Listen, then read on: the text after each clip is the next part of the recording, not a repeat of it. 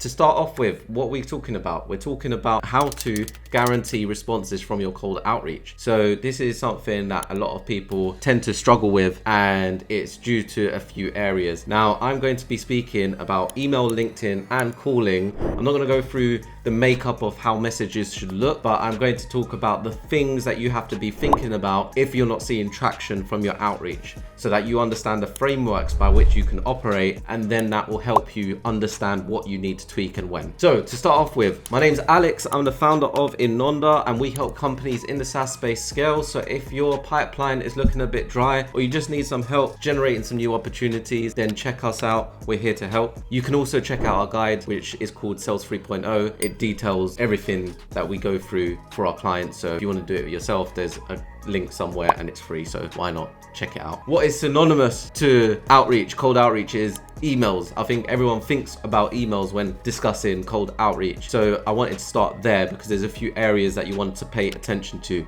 So you've got this email that you've crafted. Again, we've got templates in our Sales 3.0 guide that you can check out. They're plug and play templates. They're battle tested over the last 7 years of doing work. So that's something you can check out if you don't have some scripts already ready. And you've got ChatGPT now. So how easy do you want to make it for yourself? But one of the things that you want to focus on when it comes to email is a few areas. One is deliverability, one is the quality of your email data, and then the messaging. So first of all is the deliverability. So a lot of companies out there are sending from their main domain. You don't want to do this because if your main domain gets blacklisted, then you're going to be in a lot of pain because it costs a lot of money to get that fixed, or you're going to have to buy a whole new domain entirely. And that means your main website kind of goes down and then you have to start again. You don't want that. So the best thing to do is start an alias domain. What I mean by this is, for us, partner inonda.com, partner with inonda.com. These are alias domains which you can have your first name in, Alex at partner inonda.com, as a way to facilitate outreach, because what you also have to bear in mind is volume. So it's not just a matter of getting good contact and sending one email. You do need to play the volume game to an extent, because not everyone is going to be in a buy now phase. You know, if you look at that triangle that is so popular, which I love, it's like 3% buy now, 17% in the kind of information gathering phase, 30% who are problem aware, and then the rest who are not problem aware. So you need to bear this in mind, and this is something that is going to help you understand how you can navigate the realm of email. So numbers is important, and to outreach by numbers, you need email domains, and you can typically send 40 emails safely per email domain. So the more domains you have, the more emails you can send safely, the better your open rate, because if your open rate isn't there, then it's going to be very difficult for you to get a response, right? So that's the first thing, is making sure deliverability is key. Play it safe, start as you mean to go on, get those email domains started and set up, but also you're going to need to warm them up. So it takes typically 2 weeks to warm up. There's loads of email warmers out there. Again, check out our guide, it will tell you more about that. The next phase of emails is actually getting good quality data, because if you're getting a high bounce rate, then again, that's going to push your emails into spam, because it tells the email providers that your email is not noteworthy, or you're sending people that don't exist. So you want to make sure that you check all of your emails that you get. So you can use places like snob.io to get email data from. They're quite cheap and cheerful. You've got apollo.io, but then you're going to want to make sure that you double check these emails and put them through an email checker software. There's tons out there that will allow you to maintain a high quality of emails being sent, so you don't encounter a high bounce rate, which can be a problem. Once you've got those two things sorted, so you've got your data provider, you've got your emails set up and started, the last is your email. So I said I wouldn't get into templates, but there's a few things that you need to bear in mind. So if you've sent out some emails and you're not getting high open rates, so anything above 40% would be great, then you need to start looking at, does your subject headline make sense? Is your target audience correct? And does your messaging resonate? So the first line is usually something that can be seen in people's messages, email inboxes. So that's something to pay attention to and think about about when you're constructing an email. Now, if your open rates are fine, but you're not getting the response rates and you've sent out 100 emails and no one's responded, then you're going to want to look at the target audience next and make sure that it's correct. It's full of the people you want to be speaking to. And then if that is correct, you want to be looking at the message in itself. So does it have an offer that stands out, that is a no-brainer, that people want? Does the messaging resonate? Is it highlighting pain points that the people you're speaking to are having currently? Is it worded in a way they'd understand and not full of jargon? These are the things that are really important. Is your message long and takes long and long? Does it go on and on and on? And is it not short and sharp to the point? Because a lot of people value their time, so they're not going to spend too much time or attention on a cold email. So you need to have a concise message, 2-3 paragraphs max. And once you have that in place and you've seen that the target audience is right and you've filtered through a few messages, making sure that you ask a question at the beginning, that you offer something that is of value,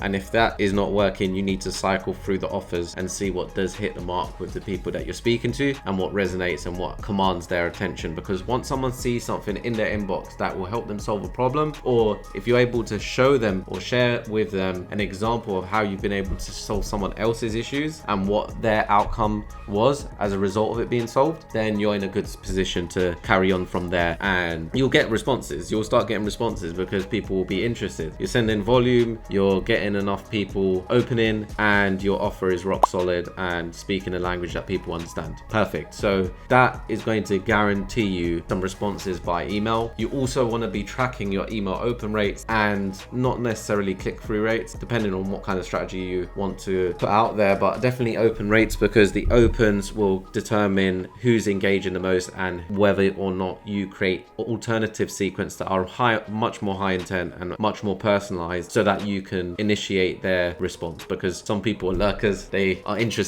but they don't take action. So the way to get them to take action is by sending video sales letters that are personalized. You want to send messages that show that you've done research for them. And this will bring us on to calling. I know that I should go through LinkedIn, but I'll leave that till last because that's the place we started, so we know quite a bit about that. But calling, I've been in calling my whole life, and it's the only place where you'll get instant feedback from your offer, from your wording, from your script. You'll speak to a decision maker and you'll get their response. You'll hear what they want to say. So whilst email's powerful and it's the first thing people think of, what calling allows is it allows you to be directly in front of your target audience there and then, which is essentially the end goal, right? The problem with calling is that it's scary and it is time consuming and you can't automate it. You need to put in the hours, you have to put in the rep, but it is very fulfilling because it's going to get you to understand your market, especially if you've got a new product out there, and it's going to get you the feedback as to whether your message and offering is resonating with the target audience you've selected. So this is, for me, crucial. It's essential if you want to understand who you're going out to and whether your product market fit is there and how difficult it's going to be to actually get people in meeting for your product. Calling can be made easier if you are launching email campaigns by tracking the open rates, because you'll see people who open the email 3, 4, 5, 6, 7 times. Those are the people you want to prioritize if you are time limited in terms of how much you can spend on the phone dialing. So you want to prioritize the leads as to who's highly engaged, and that's definitely going to give you some headway into calling people who are relevant and have shown some signs that they will be open to a call. So when you do call, you can reference the email and you can follow through the sequence and see if there is some interest there, and making sure that you're not, again, going on too long, having monologue. You want to be asking questions, getting them to speak and securing a meeting, because you're calling them in a time that they might not have that time. So you just want to be aware of their time and booking a meeting within 5 to 10 minutes, and then from there you can have the follow-up call, which there'll be time permitting because you've carved out that time, right? Then lastly is LinkedIn. So LinkedIn is essential, in my opinion, to grow your business if you're in the B2B space, because it gives you one thing these two others don't. It gives you an audience for life. So every time you make a connection, you have that person in your network. So anytime you post, anytime you want to message message them, you can, right? So this is not the same as email, because if someone changes job, if someone changes phone number, you're not connected with them, you lose that data, they're gone forever. With LinkedIn, if they change, it's updated on LinkedIn, it gives you a good opportunity to actually touch base and ask them about what their plans are for their new role. So that's something that you can do with LinkedIn. And the messaging needs to be much more softer in approach. I prefer value driven, so providing value up front as a way to develop a relationship, because it is a relationship building platform. And one of the ways that we deliver value is through crafting landing pages. We use Easy Prospect for our email automation, LinkedIn outreach, and also landing page building. So why we do landing pages is because it's a less effort, it's low effort. And if you're looking to get responses, the best way is to provide something high reward, low effort. If something's high